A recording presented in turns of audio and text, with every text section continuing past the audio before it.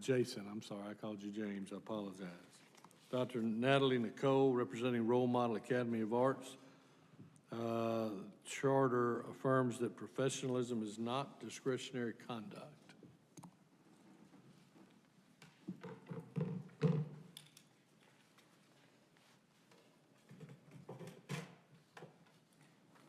Excuse me, ma'am.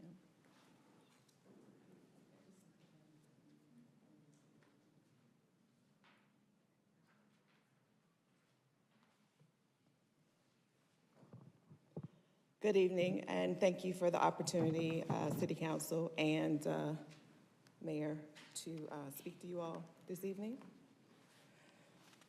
Let's see. Thank you for making copies, ma'am. She said she was going to make 2, but I only brought 1 for the mayor and 1 for the city attorney, as I have already emailed this information about a month ago with no response. The Columbus Charter sets explicit expectations for elected officials under Article 6 and Appendix 2, which is the Code of Ethics and Prohibited Practices. Specifically, malfeasance is the intentional wrongdoing or abuse of authority while in office.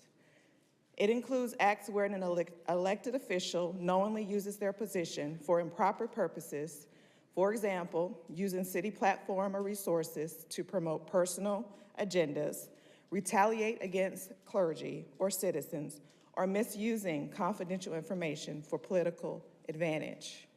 I stand here this evening as a citizen, as a veteran, committed to my civic duty, and I must ask, where is the process, where is the consistency, and where is the accountability?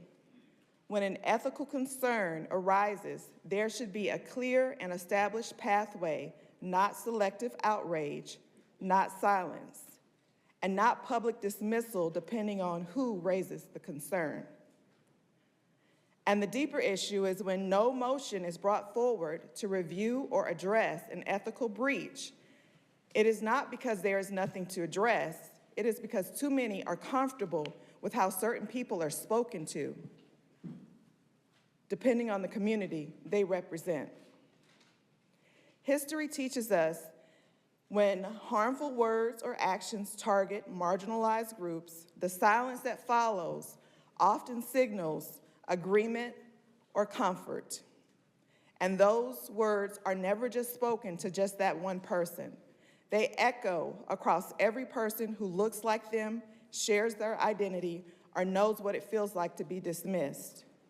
When an elected official contacts your broker, they are exerting authority, real or implied, to intimidate, to silence, or to punish a private citizen for speaking on the public agenda or for social media content. That is an abuse of power, abuse of political position, a misuse of influence, and an attempt to interfere with someone's livelihood.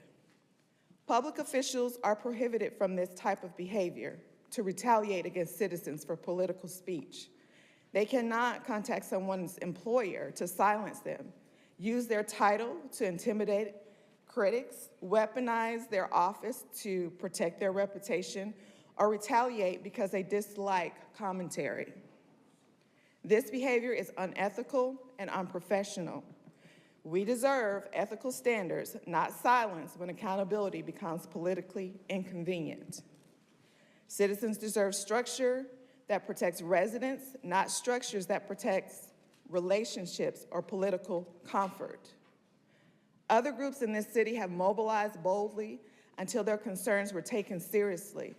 They were not labeled criminals. Their motives were not questioned.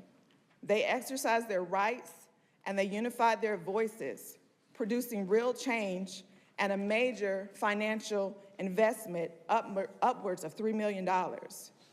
Yet, when marginalized residents raise concern about accountability, we are asked to accept silence.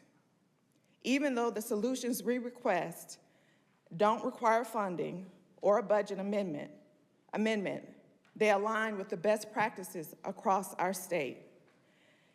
As stated this evening, Evaluation procedures are outdated. Several different things are outdated, but you're working on it. And I respectfully request that you, Mayor, take the necessary steps to fix what's broken, because failing to act makes you complicit and part of the problem. Thank you. Thank you, ma'am.